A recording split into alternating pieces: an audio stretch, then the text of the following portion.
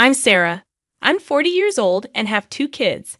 I'm married to John, who's been a great support for nearly 20 years. Life has had its ups and downs, but I believe it's the people you're close to that make it easier. But then there's my brother Tom. He's 8 years younger than me and tends to make a lot of bad choices. He thinks he deserves things without working for them. Despite our mom's hopes, he hasn't really changed much even though he's 30 now. He's like a project for the family, always needing help.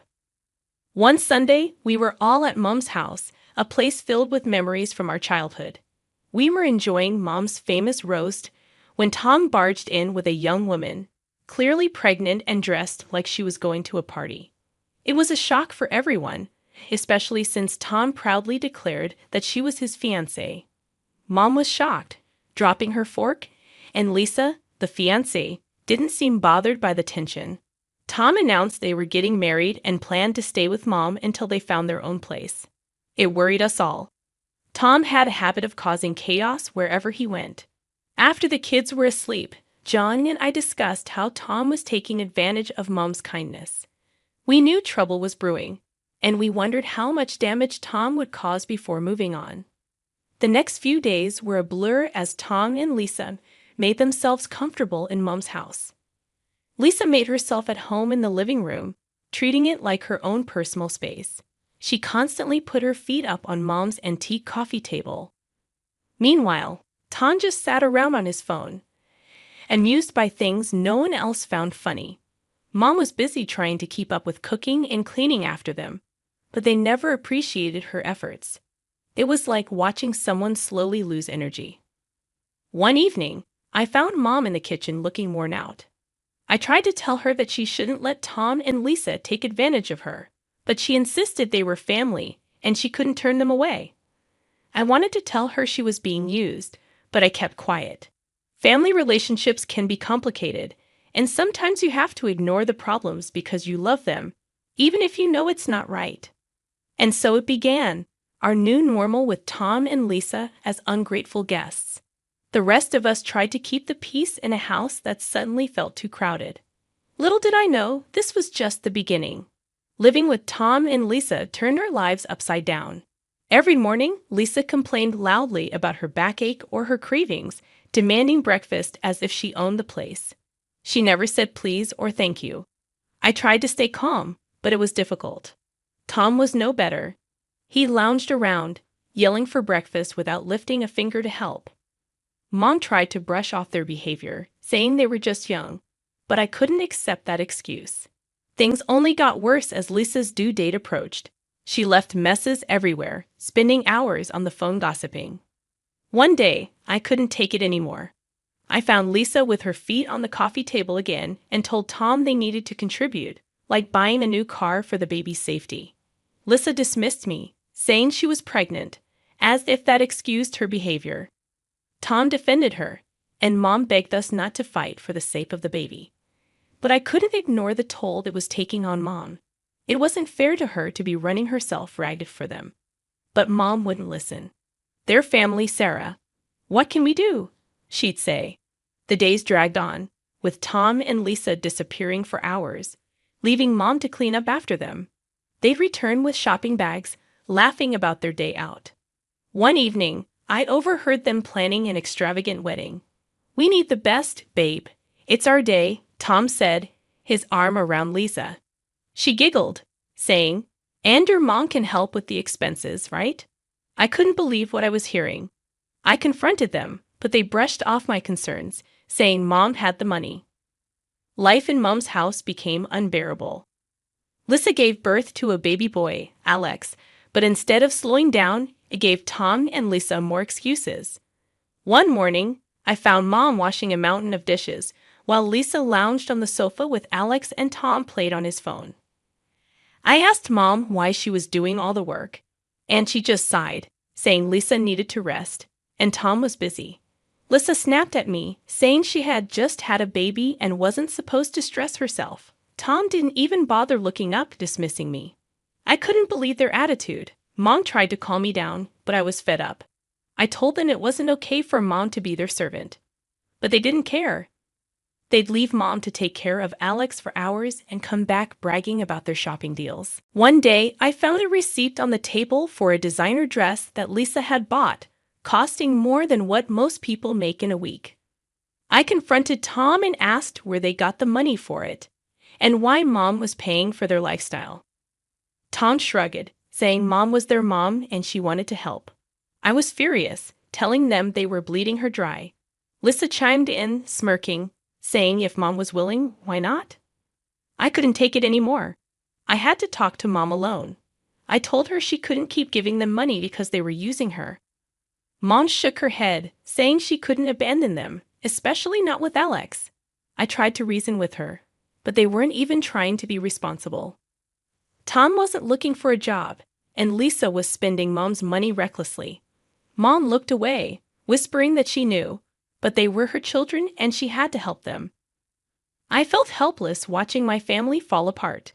Tom and Lisa were draining everything and giving nothing back, and Mom was too kind to see it. I didn't know how much more I could take. The breaking point was near, and I feared what would happen when we finally reached it. Things took a turn for the worse when Mom suddenly fell ill. It happened so fast. One day she was her usual self, and the next she was bedridden, looking frail and weak. I was by her bedside, holding her hand, telling her she would get through this. She smiled tiredly, saying she was just worn out. Tom and Lisa were nowhere to be seen, probably out spending more of Mom's money. I couldn't hide my anger anymore. I asked Mom where they were and why they weren't helping. Mom's eyes were sad as she said they had their own lives and not to be too hard on them. But I couldn't let it go. They were living off Mom, and now when she needed them the most, they were absent. Mom passed away quietly one night, with me by her side. Tom and Lisa were out, probably having the time of their lives, oblivious to the tragedy at home. The funeral was a blur. Tom and Lisa arrived looking like they were going to a party, not mourning a loss. Lisa's dress was flashy and inappropriate, even for a funeral. People murmured, and John squeezed my hand, trying to offer comfort. After the service, Tom pulled me aside. "Sarah, we need to talk about Mom's will." I was still in shock from losing Mom. "Now, can't this wait, Tom?" I asked, but he was insistent. "No, it can't. I know she left the house to me. We need to sort this out." I couldn't believe his audacity. "Tom, Mom just died. Can't you show a little respect?" But he was relentless. "This is important, Sarah. I'm her son. I deserve it." The day after the funeral, I went to Mom's house to start sorting through her things. But when I got there, Lisa answered the door with a smug look. "What do you want, Sarah?" she sneered. I was taken aback. "I came to collect some of Mom's things." Lisa laughed harshly. "Oh, you didn't hear? This is our house now. Tom got everything." Tom appeared behind her, grinning. "Yeah, Sarah, Mom changed her will. The house, the money, it's all mine."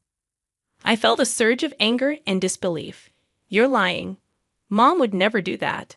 Tom shrugged. "Believe what you want, but the will is clear. This is my house now." I stood there on the doorstep of the house I grew up in, feeling like a stranger. The realization hit me hard. Not only had I lost my mother, but now I was losing my childhood home to my greedy brother and his manipulative wife. As I walked away, I knew this wasn't the end. I had to fight back for Mom, for my family, and for what was right. But little did I know, the battle ahead would be tougher than anything I'd faced before. I was a bundle of nerves as I walked into the notary's office. The whole situation felt like a bad dream. Losing Mom was hard enough, but fighting with Tom over her was something I never imagined. The notary, Mr. Jacobs, was an old family friend. He looked up as I entered, his face somber. "Sarah, I'm sorry for your loss. Let's get straight to the matter at hand," he said. I nodded, trying to steady my voice. "Mr. Jacobs, Tom says Mom left everything to him. That can't be true." Mr. Jacobs shuffled some papers. "Well, let's see what the will says." Just then, Tom and Lisa walked in, all smugness and arrogance. Lisa gave me a triumphant smirk, ready to lose Sarah. I ignored her, focusing on Mr. Jacobs. He cleared his throat and began reading the will. My heart was pounding in my chest as he read. And to my son, Tom, I leave. I braced myself for the worst. But then Mr. Jacobs said something that made my heart leap. The sum of $5,000. Tom's face fell. What? That's it? Mr. Jacobs continued. And to my daughter Sarah, I leave the family home and the remainder of my estate. I couldn't believe it. Relief and disbelief washed over me. Lisa was furious. That's impossible. She promised us the house. Mr. Jacobs looked at them sternly. There's more.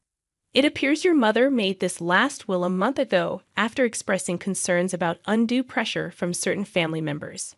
Tom was red with anger. She wanted me to have the house.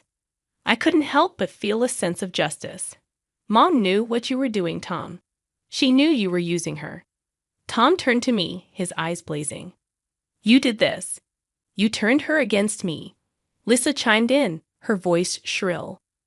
We'll contest this. We'll get a lawyer. Mr. Jacobs raised an eyebrow. You're free to do so, but be aware, if it's found that there was any coercion involved in the previous will, there could be legal consequences. Tom and Lisa looked at each other, their confidence wavering. I stood up, feeling stronger than I had in months. Mom saw through your greed. She made sure her last wishes were respected. Tom stormed out, cursing under his breath, with Lisa trailing behind him. I stayed back, thanking Mr. Jacobs. As I left the office, I felt a mix of emotions, sadness for losing Mom, relief that her last wishes were honored, and lingering anger at Tom and Lisa's audacity. It was a regular afternoon when Tom stormed into the house, his face red with anger and disbelief. $100,000 for you and just a measly $5,000 for me? How is that fair, Sarah? I was sorting through some of Mom's papers. His outburst made me pause. Tom, that's what Mom decided. You know she always had her reasons. He slammed his hand on the table, making me jump. Reasons? What reasons could she possibly have to screw me over like this? I took a deep breath, trying to keep my cool. Maybe because you and Lisa have been bleeding her dry for years, I said. Tom's face contorted with rage. That's what we deserve, that money. That's when I found it, tucked away in a drawer, a letter from Mom. Her handwriting was unmistakable. I pulled it out and started reading. Tom's eyes were fixed on me, a mix of curiosity and fear. What's that? He asked. It's from Mom, I said, my voice steady. She explains everything here. The letter laid it out in black and white. Mom had originally set aside $100,000 each for Tom and me, but as Tom and Lisa's demands for money grew, she started deducting from his share. I looked up at Tom, his face a picture of shock. By the time she wrote her last will, you'd already taken $95,000, Tom. There was only $5,000 left. Tom staggered back as if he'd been physically hit. No, that can't be true, he muttered. I felt a surge of anger. It's all here, Tom. Every cent you and Lisa took, it came out of your inheritance. He looked lost, his eyes darting around the room. But I didn't know, he whispered. That's the problem, Tom. You never knew or cared to know. I snapped, my patience wearing thin. He slumped into a chair, burying his face in his hands. What have I done, Sarah? I put the letter down, feeling a mix of pity and frustration. You've only got yourself to blame, Tom. You chose this path. Tom left the house that day a broken man.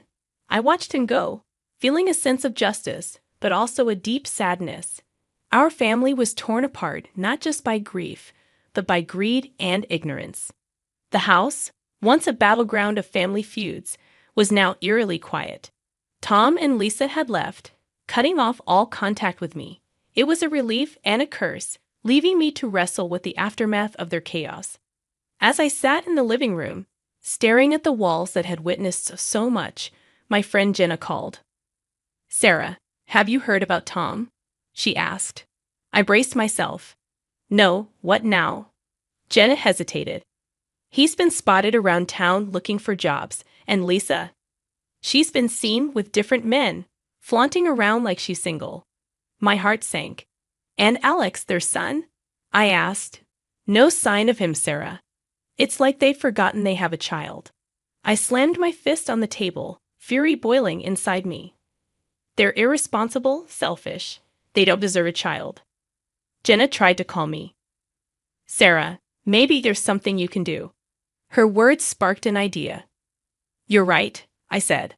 I'll fight for Alex. He shouldn't suffer because of them. The next day, I met with a lawyer, a no-nonsense woman named Miss Rivera. I explained everything, my voice trembling with determination. So you want to pursue custody of your nephew? Miss Rivera asked, her eyes sharp. I nodded firmly. Yes, he's in a toxic environment. I want to give him a better life. Miss Rivera leaned forward. It won't be easy, Sarah. But if you're ready to fight, I'm with you. I felt a surge of resolve. I'm ready, whatever it takes. The legal battle that followed was tough.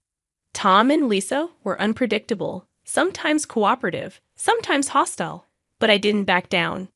One evening, after a particularly grueling day in court, John wrapped his arms around me. You're doing the right thing, Sarah. It's hard, but right. I leaned into his embrace, exhausted but hopeful. I just want Alex to be safe, to have a family that cares. The day the judge granted me temporary custody of Alex was bittersweet.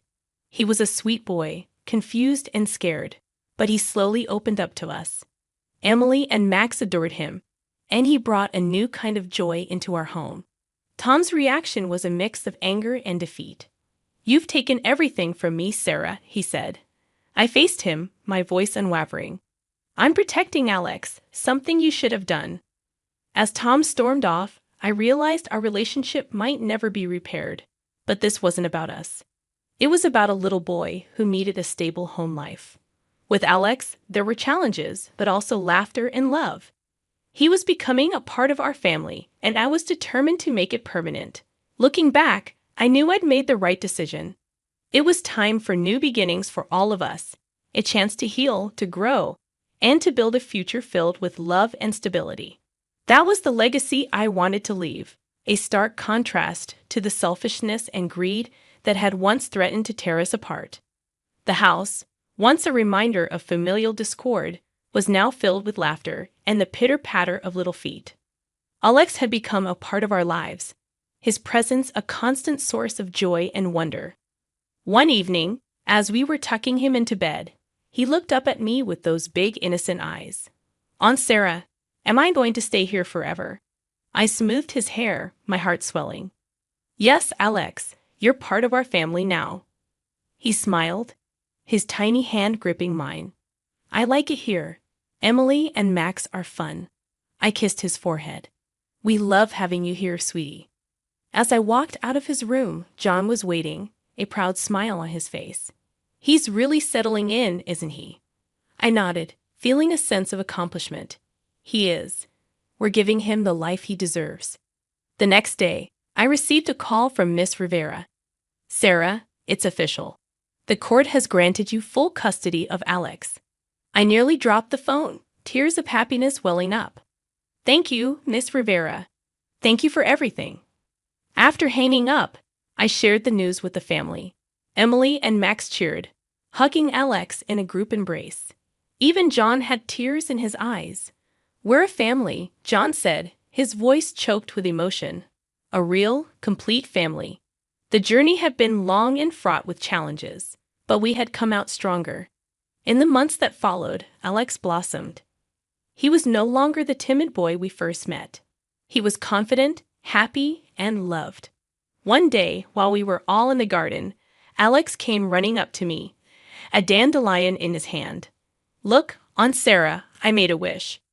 I crouched down to his level. And what did you wish for? He grinned, his eyes sparkling. I wished we'd all be together forever. I hugged him tight.